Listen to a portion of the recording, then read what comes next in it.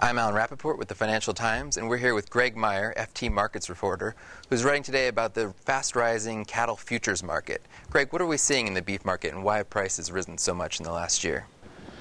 Prices have really taken off, especially since December. The cattle futures are up more than 20% since then. And the big, most recent reason has just been the cold winter.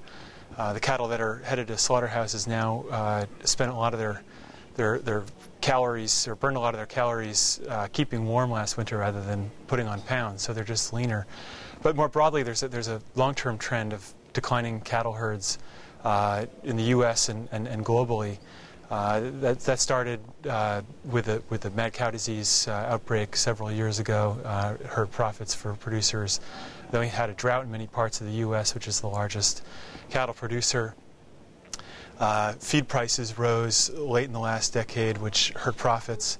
And then finally the recession was very damaging for meat demand, obviously. So ranchers and cattle raisers have cut back supply significantly, and the market is finally starting to respond.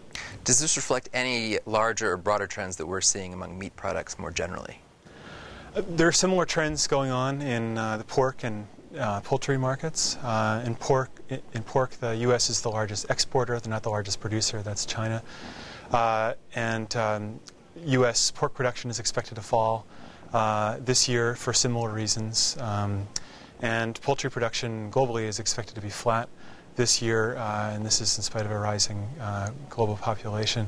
And so futures prices are rising in the case of pork, and overall forecasters expect higher meat prices. What changes have we been seeing since the worst of the recession in terms of meat demand? Have people's eating habits changed?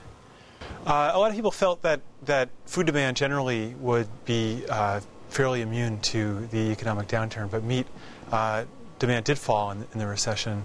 And in the U.S. it's been falling actually for a few years now. People are just finally, I guess, maxing out on their per capita meat consumption.